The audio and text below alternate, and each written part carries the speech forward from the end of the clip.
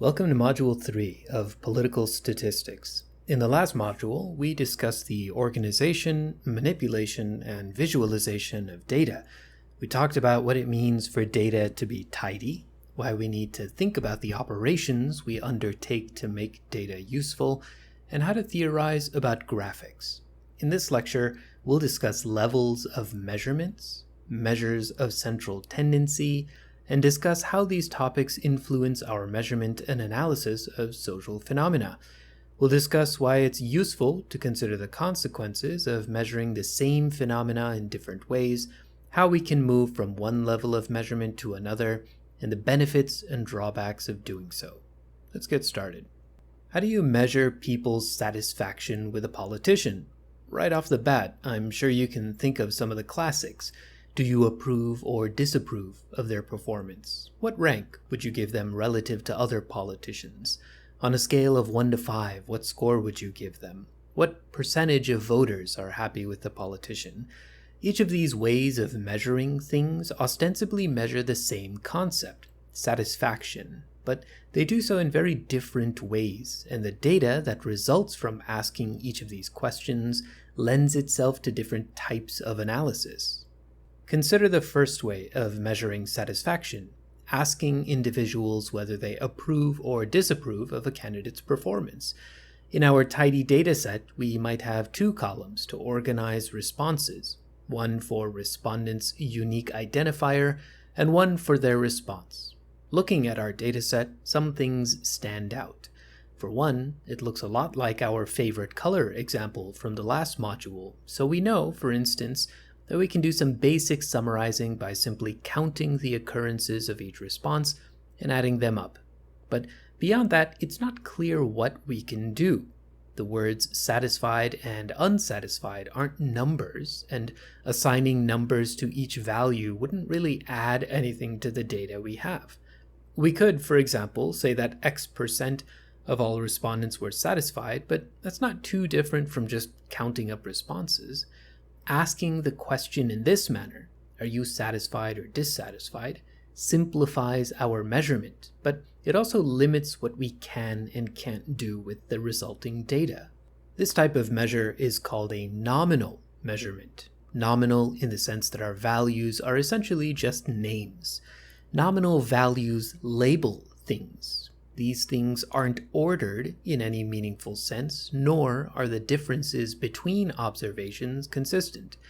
As noted, we could make each satisfied value equal to 1 and each unsatisfied value equal to 0, but we could just as easily do the inverse, and it wouldn't reflect any meaningful change in how we interpret our data.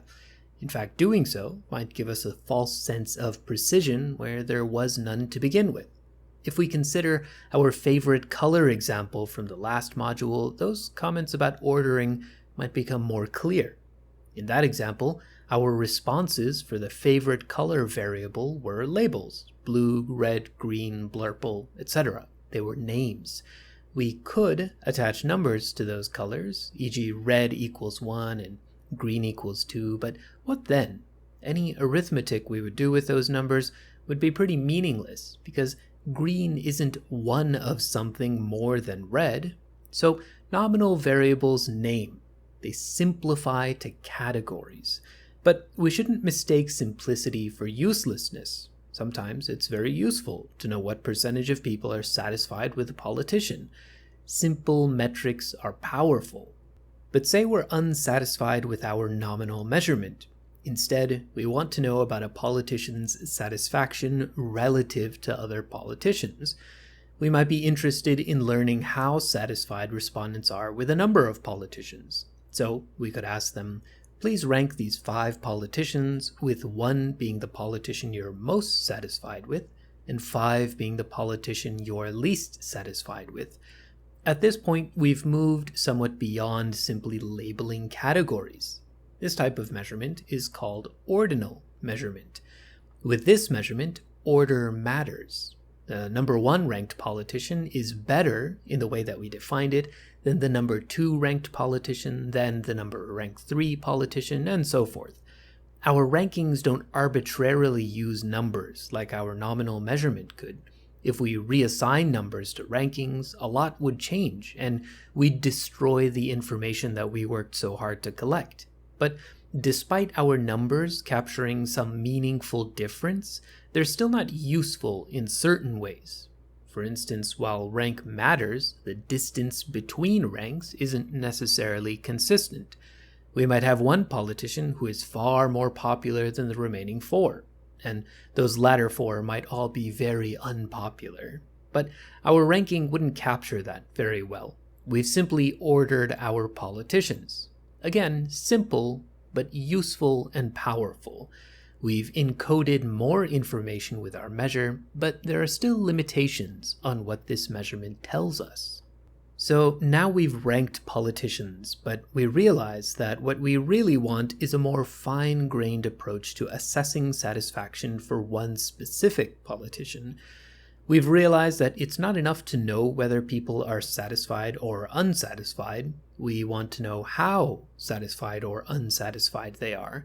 So we can roll out a survey with the following question. On a scale of 1 to 5, please rate your satisfaction with the politician, with 1 being completely unsatisfied and 5 being completely satisfied. This approach has some benefits over our previous ranking scheme. For one thing, the distance between our ranks is the same, or at least we conceptualize it as such. Going from completely dissatisfied to dissatisfied is the same as going from satisfied to completely satisfied. The difference between each level is the same. And so, as with our ranking measurement, the numeric part of these measurements, in this case 1 to 5, is useful, meaningful, and encodes important information. This type of measurement is an interval measurement. It labels, ranks, and the space between ranks is consistent. Here, we can start doing things like taking the mean of our measurement and talking about averages, because we have a scale that we can interpret those results against. But we need to be careful because, for one thing, 0 isn't meaningful here. Instead of 1 to 5, we could have asked our respondents to measure on a scale of 12 to 16, or -2 to 2. 0 wouldn't represent the absence of satisfaction. With this measurement, we're starting to get a bit more complicated, and we're having to make more choices about how to analyze the resulting data. Finally, we might decide to go all in and get as much fine-grained information as we possibly can and ask our respondents, on a scale of 0% to 100%, please indicate your satisfaction with the politician, with 0% being not satisfied at all and 100% being as satisfied as possible. As with our previous measurement, we could easily calculate averages, ranks, and counts, but we could also interpret 0 meaningfully. It's the complete absence of satisfaction with the politician. This is a ratio measurement. Terrific. So we've got the most detailed measurement we could possibly have of this concept. Surely we've found the best way of doing things. But as is the common theme of this class, our choice has some drawbacks. For one thing, while we might expect people's responses to fall along a smooth continuum, we will likely instead find that people tend to give responses that cluster around the deciles, that is, 10%, 20%, etc., and a few might give responses that cluster around the quartiles, meaning 25 and 75%. Most people, it turns out, don't bother making the distinction between being 30% satisfied and 31% satisfied. So, in reality, we likely wouldn't gain much except for a false sense of precision when using this type of measurement. We could have used the simpler interval measurement and come out with just as good results. Each of these levels of measurement, nominal, ordinal, interval, and ratio, capture our underlying concept in different ways, and each of them come with benefits and drawbacks. When we choose how to measure something, we ought to be thinking about which way would be most useful to us. But often, we're not the ones collecting the data we use. Often, we're given ratio measurements, even though we'd much prefer to work with nominal measurements. For example, we might be given a data set with a ratio measurement of satisfaction, when we really want a nominal classification of whether voters are happy with the given candidate? Well, we're not totally out of luck. If we've been paying attention to what each level of measurement can do, we might have noticed that as we climb the ladder of complexity, each level of measurement did everything the previous level did, plus something else. And since we know that, we can infer that we can move from higher levels of measurement to lower levels of measurement. For instance, if we know each respondent's satisfaction percent from 0 to 100, we can turn those responses into an interval measurement by setting buckets, or a nominal variable by setting a threshold. For example, if 50% or more satisfied, then classify that response as, quote, satisfied. Otherwise, classify them as unsatisfied. In doing so, we're moving down the ladder of abstraction by making choices. There is, of course, no objective reason why we would have to pick 50% as our cutoff, or choose the specific buckets that we do. Ideally, we'd have an articulate and good reason for the numbers we settled on, and indeed in doing so, we'd be throwing out some information. But we would do so in the hopes of highlighting a trend that might not be so clear in other ways of measuring. It's also worth noting that while we can move down the ladder of measurement, we can't move up the ladder in a meaningful sense. We can't go from a binary satisfied-unsatisfied measurement to a ratio 0 to 100% measurement. We can certainly try to treat nominal variables like ratio ones. Most often we do this when we have a binary variable, but we won't gain anything by doing so. For example, we could treat every dissatisfied response as a 0% and every satisfied response as a 1%, but here we've just recreated the original dataset, sprinkled in some unjustified specificity, and pat ourselves on the back. So, as noted before, it's worth taking the time to think about how we measure things and why. More complex measurements aren't always better, and all measurements rely on our choices.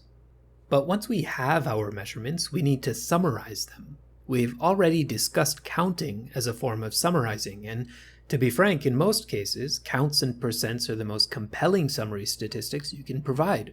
As a start, I just want to know how many times something happened as a raw number, and as a percentage of the total times that we bothered to count. But with ratio measurements, we can go further. We might want to know where the middle of our distribution is, and how much the average respondent differs from that middle. These summary statistics give us important information about the distribution of responses, and you're likely already familiar with some of them. The mean and median, for instance, are good ways to measure the middle of well-behaved distributions, while the variance and standard deviation are good ways to measure how spread out our distributions are. Let's first consider the mean and median. The mean, which you probably already know as the simple average, is just the sum of all of our observations divided by the number of observations. For well-behaved distributions, meaning those that don't have a few extreme values, and those that aren't uniquely lumpy, the mean is pretty useful. On a scale of 0 to 100, for example, it can provide us important information about where the middle is for most data. But often our distributions do have extreme values, and they are lumpy. If we measure the middle by taking the mean, we might end up with a value that isn't in the thickest part of our distribution. The middle, if we choose to define it that way, would best be taken by the median. The median is the middle number of our series, and we can calculate it by taking all of the numbers we've observed, ordering them from smallest to largest, and then finding the number with the middle index. That is, finding the number that is equally as far from the start of this set to the end of the set. And again, to beat this dead horse some more, there's no right choice between these two. The way you choose to measure the middle depends on what you're interested in. For example, let's say we're interested in wealth. If we're interested in the average level of economic development of a given country, taking the mean of everyone's income in a given year might be useful. Sure, that distribution is highly skewed with a few billionaires pulling that average up, but if all I want to know is a rough metric of the country's economic development, it's probably good enough. By contrast, if I wanted to measure the average quality of life in a given country, the median would probably be more useful. In that case, I really do want to know what the bulk of people's incomes are like, and I especially don't want that number skewed by a few billionaires. In sum, your choices matter. Finally, once we've calculated the middle of our distribution, we might want to know how spread out that distribution is. After all, plenty of different sets can have the same average, but consist of totally different numbers. The pairs 0, 10, -5, 15, and 4, 6 all have a mean of 5, but the points in those sets are more or less spread out from 5. That's the characteristic that the variance and standard deviation try to capture. So let's take the variance first. If we want to know the variance of a set of numbers, we subtract the mean of the set from each number, then square the resulting value, so that 1, all values are positive. After all, distance from the mean should be positive. And 2, numbers that are further away are penalized more than numbers that are close to the mean. And finally, we sum up those resulting numbers and divide them by the total number of observations. To get the standard deviation, just take the square root of the variance. Since we've square rooted the variance, we can interpret the standard deviation in terms of the units of our set of numbers. There are 2 points that I'd like to emphasize with the variance and standard deviation. First, that these measures of spread go hand in hand with measures of the middle.